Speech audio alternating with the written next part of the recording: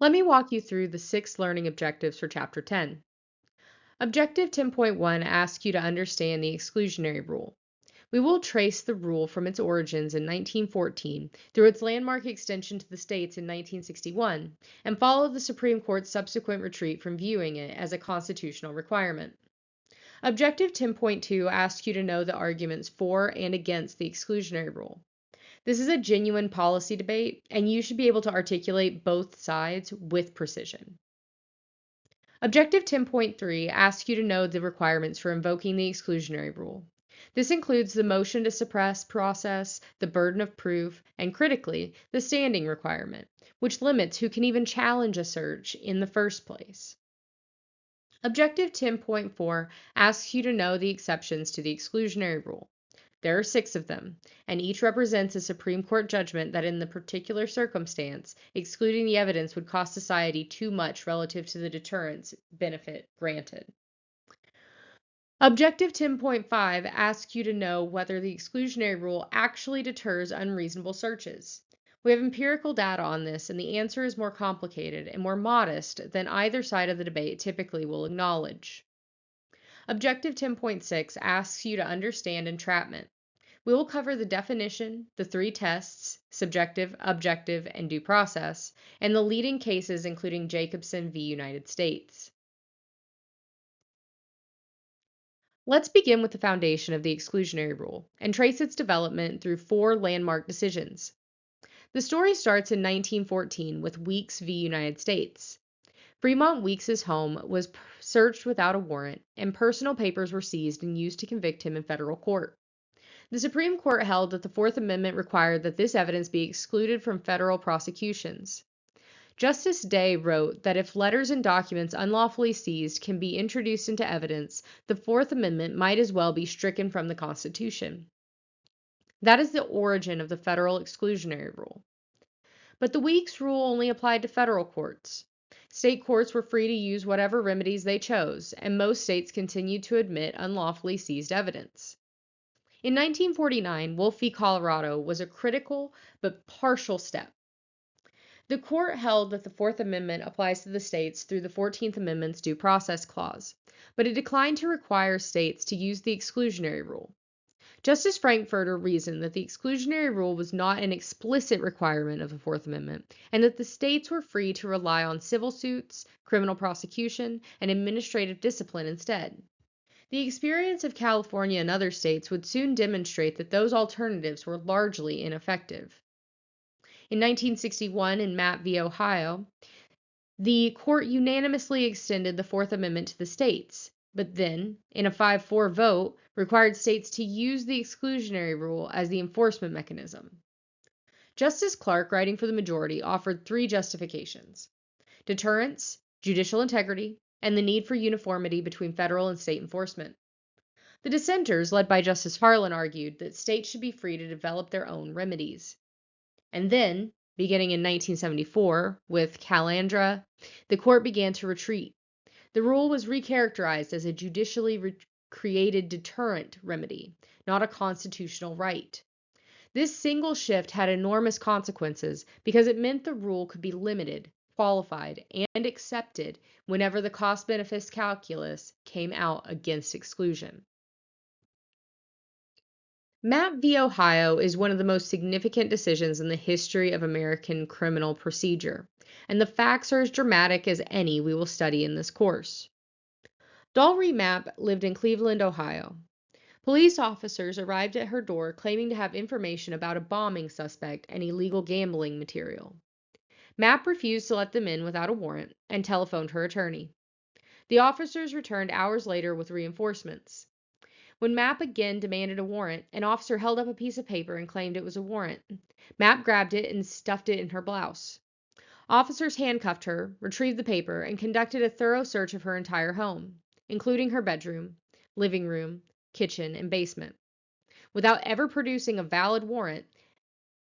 At trial, no warrant was produced, and no explanation was offered for its absence. Mapp was convicted of possessing obscene material.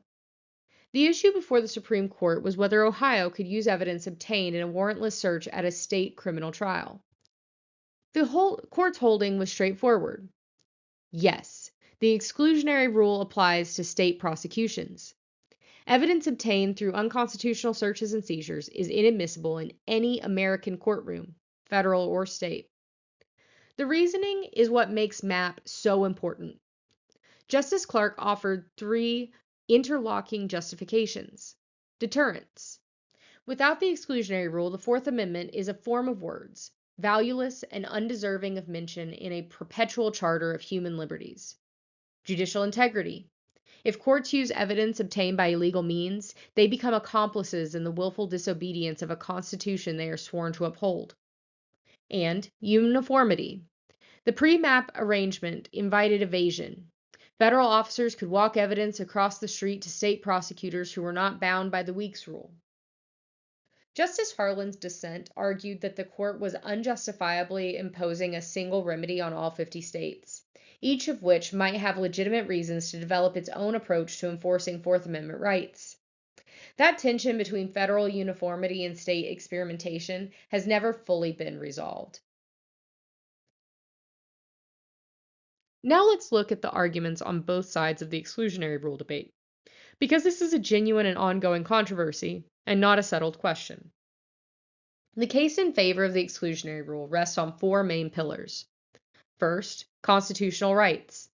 The argument most powerfully made in MAP is that a constitutional right without an effective remedy is no right at all.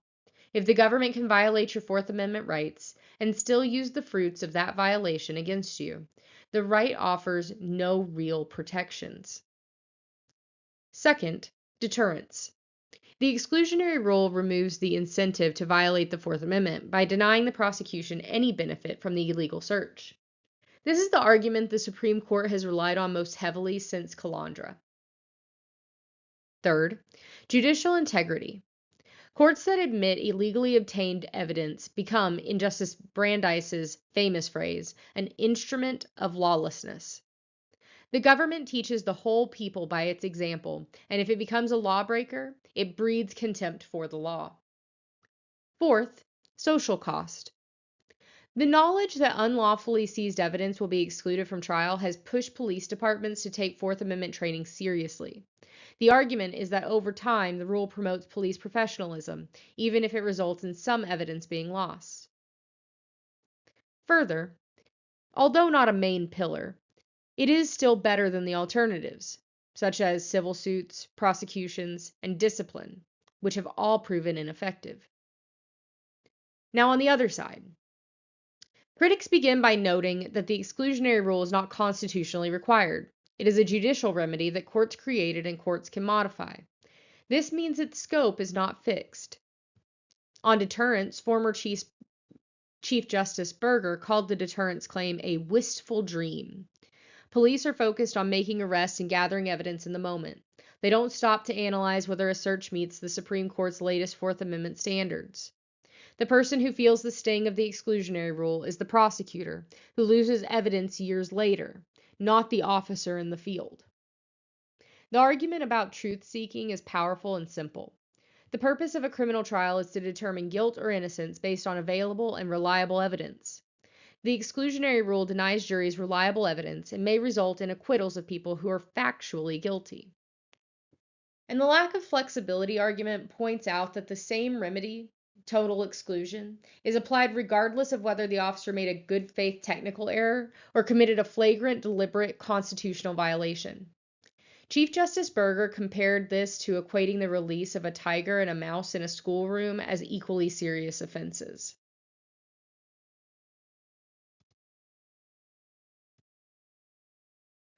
To challenge the introduction of unlawfully seized evidence, a defendant must follow a specific procedural process, and there is an important threshold requirement.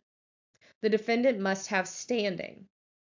The process begins with a pretrial motion to suppress. The defendant files this motion before trial, arguing that specific evidence was obtained in violation of the Fourth Amendment and should be excluded. Most states and federal courts require this motion to be timely. If a defendant waits until trial, the right to challenge the search is typically waived. The burden of proof allocation is important and logical. When the police act pursuant to a warrant, the presumption is that the judge who issued the warrant found probable cause, so the burden falls on the defendant to demonstrate the warrant was deficient. And the standard is clear and convincing evidence. When the police act without a warrant, however, the police themselves know what evidence they had at the time of the search. They are in the best position to demonstrate the search's legality, so the burden shifts to the government. Following the judge's ruling, if evidence is admitted and the defendant is convicted, the admissibility ruling can be challenged on appeal. If evidence is excluded, the government in most jurisdictions must appeal immediately, because if the defendant is acquitted at trial, double jeopardy prevents a retrial. Now, standing. This is where many students are surprised. Not every defendant can challenge a search just because that search was unlawful. The defendant must demonstrate that their own constitutional rights were violated. Specifically, that they had both a subjective and an objectively reasonable expectation of privacy in the area that was searched. This means that if you're a passenger in someone else's car and drugs are found under the seat, you may not have standing to suppress that evidence because you had no reasonable expectation of privacy in areas of the car you neither owned nor controlled. The Supreme Court reached exactly this conclusion in Rackus v. Illinois. Similarly, a person who briefly visits an apartment for a commercial transaction, bagging cocaine, as in Minnesota v. Carter, does not acquire a reasonable expectation of privacy in that apartment. The standing doctrine is itself a significant limitation on the exclusionary rule, restricting its application to defendants whose own privacy interests were directly violated.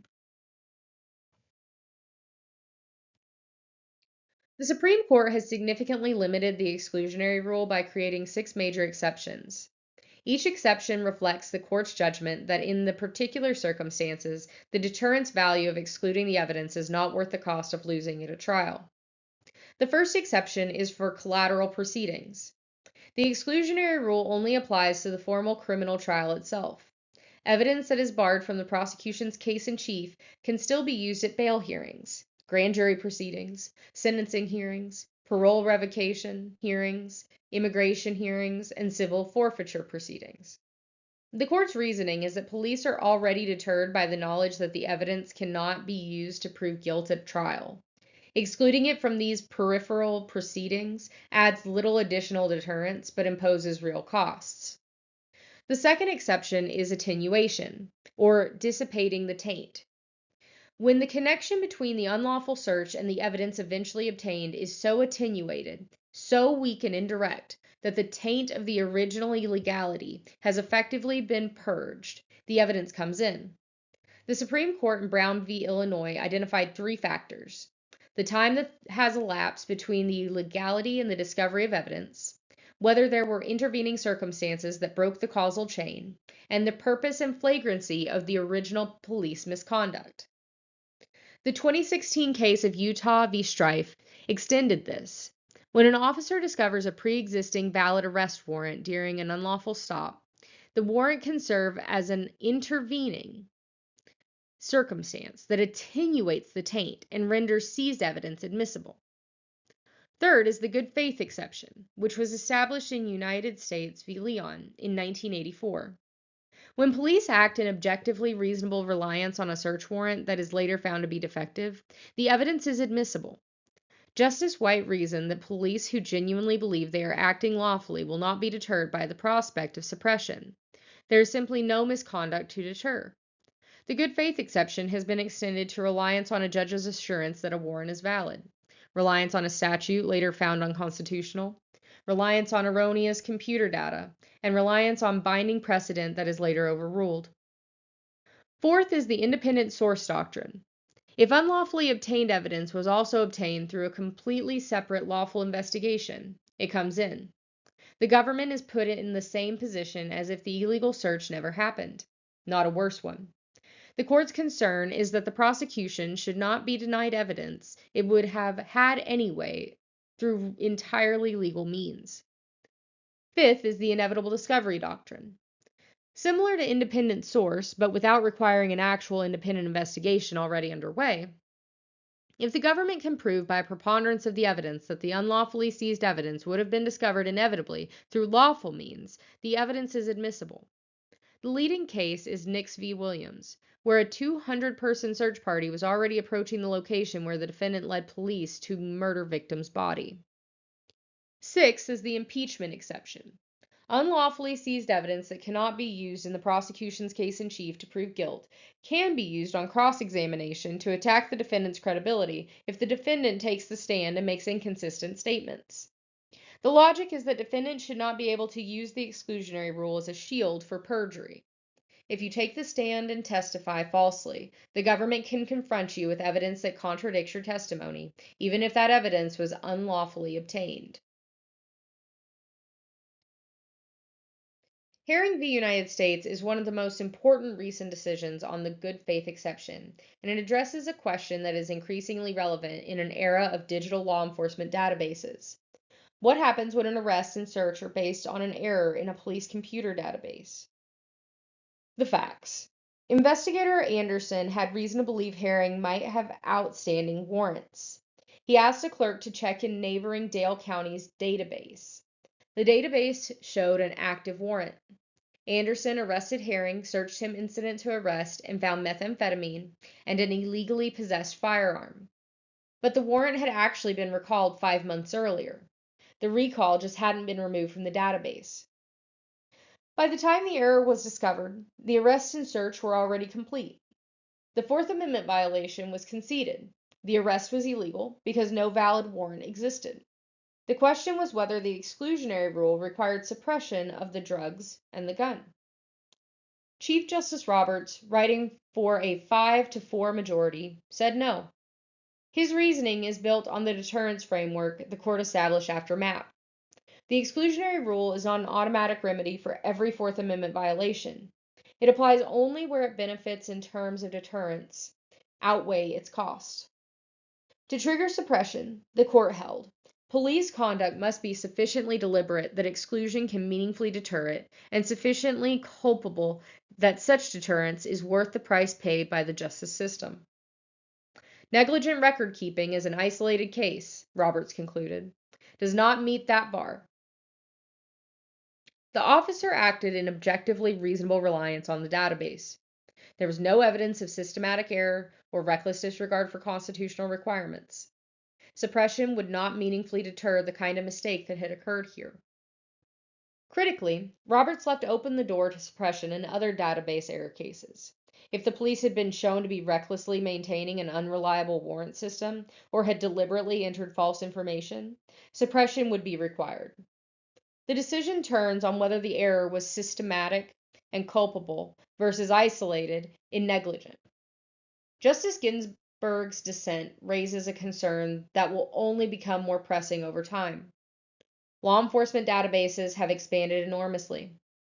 They contain data on tens of millions of Americans. They are insufficiently monitored and often out of date. The failure to apply the exclusionary rule to police database errors, Ginsburg warned, risks reducing the Fourth Amendment to a chimera, a guarantee without effective enforcement. We've been discussing the exclusionary rule as if its deterrent effect is clear and established. The empirical evidence tells a more complicated story. The Supreme Court, after Calandra, justified the exceptions to the exclusionary rule primarily on the grounds that the deterrence benefit of exclusion in those cases was outweighed by the social cost of losing the evidence. But is deterrence actually what the exclusionary rule achieves? The honest answer is, we don't know. Justice Blackmun, reviewing social science research in United States v. Janus, concluded that no empirical researcher, proponent, or opponent of the rule has yet been able to establish with any assurance whether the rule has a deterrent effect. The research neither confirms nor refutes it. What the data do tell us is something about costs. Thomas Davies conducted an influential study of California cases and estimated that non-prosecution or non-conviction due to illegal seizures occurred in somewhere between 0.6 and 2.35% of all felony arrests. Narduli's three-state study of 7,500 cases found that motions to suppress were filed in only about 5% of cases, were successful in only 0.56% of all cases, and the highest loss rates were in drug offense cases at around 7%. Of the 40 cases lost in Nardulli's study, only 8 involved crimes of violence, and 9 of the 40 defendants would have received less than 1 month in jail even if they had been convicted. What do we make of these numbers? The critics say the rule is an expensive remedy that frees guilty people while failing to meaningfully change police behavior. The defenders say that the numbers prove that the rule doesn't meaningfully impede law enforcement. The FBI, after all, has operated under the exclusionary rule for over a century without becoming ineffective, and that the rule's real value is symbolic. It reinforces the judiciary's commitment to constitutional rights. The bottom line is that after decades of debate and research, we cannot definitively say whether the exclusionary rule deters police from violating the Fourth Amendment. That uncertainty is uncomfortable, but honest. The second half of this chapter turns to entrapment, which is a very different kind of protection from the exclusionary rule. Entrapment is an affirmative defense, a defendant's argument that they should not be convicted not because the evidence is tainted, but because the government induced them to commit the crime in the first place. The doctrine traces to the Supreme Court's 1932 decision in Sorrells v. United States. A prohibition agent posed as a tourist struck up a friendship with Sorrells and eventually persuaded him to obtain illegal alcohol after overcoming his initial resistance. The court reversed the conviction and defined entrapment as the conception and planning of an offense by an officer and his procurement of its commission by one who would not have perpetuated it except for the trickery, persuasion, or fraud of the officer. That definition contains 2 elements: government inducement and an otherwise innocent person who would not have committed the crime without that inducement. If the government merely creates an opportunity for a willing criminal, that is not entrapment. If the government creates both the opportunity and the criminal intent in someone who would not otherwise have broken the law, that is entrapment. Chief Justice Warren captured the essential tension in Sherman v. United States in 1958. A line must be drawn between the trap for the unwary innocent and the trap for the unwary criminal. The challenge, as we will see, is figuring out exactly where that line falls. The arguments in favor of recognizing the entrapment defense are that the government should not manufacture crime among people who would otherwise be law-abiding, that government agents lose credibility when they engage in lawbreaking, and that the informants typically used are themselves criminals whose activity is overlooked in exchange for their cooperation. On the other side, undercover tactics are genuinely essential for investigating crimes that leave no trace: drug sales, public corruption, prostitution. A simple offer to buy drugs is not entrapment. It is providing an opportunity. And the threat that any transaction might involve an undercover officer has a real deterrent effect on criminal activity. The law of entrapment is shaped by 3 competing tests, each reflecting a different view of what the defense is really about.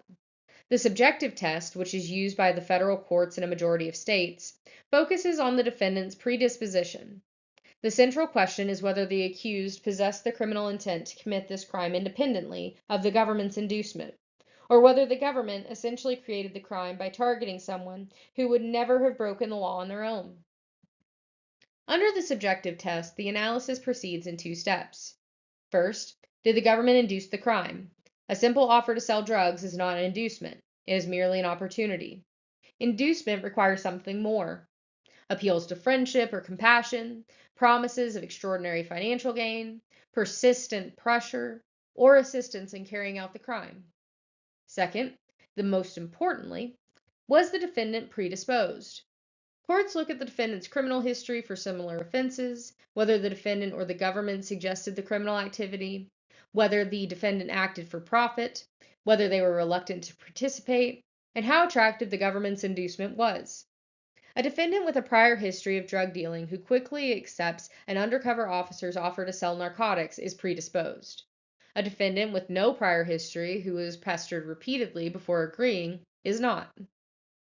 The issue under the subjective test is decided by the jury as part of their evaluation of guilt or innocence. the objective test, adopted by the Model Penal Code and a minority of states, takes a fundamentally different approach. Under this test, what matters is not the defendant's character, but the government's conduct. Would the police tactics have induced a normally law-abiding person to commit the crime? Even a predisposed defendant can be acquitted if the government's methods were unacceptable, because the focus is on deterring police misconduct, not on protecting only innocent defendants. Justice Frankfurter articulated the objective test in his Sherman dissent, arguing that public confidence in the integrity and fairness of the government must be preserved, and that government power is abused and directed to an end for which it was not constituted when employed to promote rather than detect crime. Under the objective test, the issue is decided by the judge, not the jury. The due process test is a constitutional fallback. In cases where neither the subjective nor the objective test provides relief, a defendant may argue that the government's conduct was so outrageously unfair that it violates the due process clause itself. The Supreme Court acknowledged in United States v. Russell that such a test might someday be warranted, but has never actually found the standard met. Supplying an ingredient for drug manufacture, as in Russell, is not outrageous enough. The due process test remains a theoretical possibility more than a practical remedy. Jacobson v. United States is the Supreme Court's most important modern decision on entrapment under the subjective test, and the facts are remarkable. Keith Jacobson was a 56-year-old Nebraska farmer. In 1984, before it was illegal to do so, he illegally ordered 2 magazines from a California adult bookstore. The magazines depicted nude underage boys, but contained no sexual activity, and their receipt was lawful at the time. 3 months later, Congress passed the Child Protection Act, making receipt of such materials illegal. Postal inspectors found Jacobson's name on the bookstore's mailing list and began a 26-month campaign to induce him to order illegal child pornography. Over the course of that campaign, the government created 5 fictitious organizations and a bogus pen pal. These organizations appealed to Jacobson's interest in free speech, condemned censorship hysteria, framed the issue as a battle for individual rights and civil liberties, and repeatedly solicited his views and participation. Eventually, after 26 months of this, Jacobson ordered illegal pornographic material and was arrested. The issue is whether Jacobson's predisposition to commit the crime existed independently of the government's campaign, or whether the government created that predisposition. The Supreme Court, in a 5-4 decision, found entrapment as a matter of law. The majority held that the prosecution must prove predisposition existed prior to the government's first contact, not merely at the time of the offense. By the time Jacobson ordered the magazine, he may well have been predisposed, but that predisposition was the government's own creation. His only pre-investigation evidence was the legal purchase of magazines in 1984, which was insufficient to establish predisposition to commit a crime that did not yet exist. The dissent, written by Justice O'Connor, argued that Jacobson twice ordered child pornography when given the opportunity, expressed enthusiasm about further orders, and needed no coercion. She contended that the majority had redefined predisposition in a way that would hamper virtually every sting operation. The practical significance of Jacobson is that it requires prosecutors to establish pre-existing predisposition before government contact, not simply predisposition that developed during the course of the investigation. This is a meaningful constraint on long-running sting operations. Let me bring Chapter 10 together with the 6 key takeaways. First, the exclusionary rule evolved from a federal remedy in 1914 to a universally applicable constitutional requirement in MAP, and then was recharacterized by the court as a judge-made deterrent remedy beginning in 1974. That shift from constitutional right to judicial tool has made the rule vulnerable to limitation and exception in ways that MAP's majority may not have anticipated. Second, the debate over the exclusionary rule reflects a genuine value conflict between protecting individual rights and the interest in accurate fact-finding at trial. Both sides make serious arguments, and the empirical evidence does not resolve the question. Understanding both sides is essential for anyone practicing or studying criminal law. Third, standing limits who can invoke the exclusionary rule. Only defendants whose own reasonable expectation of privacy was violated can challenge a search. a rule that significantly restricts the rule's scope and is itself a form of cost limitation. Fourth, 6 exceptions: collateral proceedings, attenuation, good faith, independent source, inevitable discovery, and impeachment. Each represent the court's judgment that in the particular circumstances, the balance tips against exclusion. Knowing when each applies and why is essential for both prosecution and defense practice. Fifth, the empirical data suggests that the exclusionary rule results in lost evidence in a surprisingly small percentage of cases, somewhere under 2% of all felony arrests, with the highest rates in drug cases. This does not resolve the policy debate, but it should temper both the alarm of critics and the enthusiasm of defenders. Sixth, entrapment is available where the government induced an otherwise innocent person to commit a crime. The subjective test asks about the defendant's predisposition. The objective test asks about the government's conduct. And the due process test asks whether the conduct was so outrageous it violates fundamental fairness. Jacobson remains the most important limit on prolonged government inducement campaigns. That concludes Chapter 10. Thank you for watching, and I'll see you in the next lecture.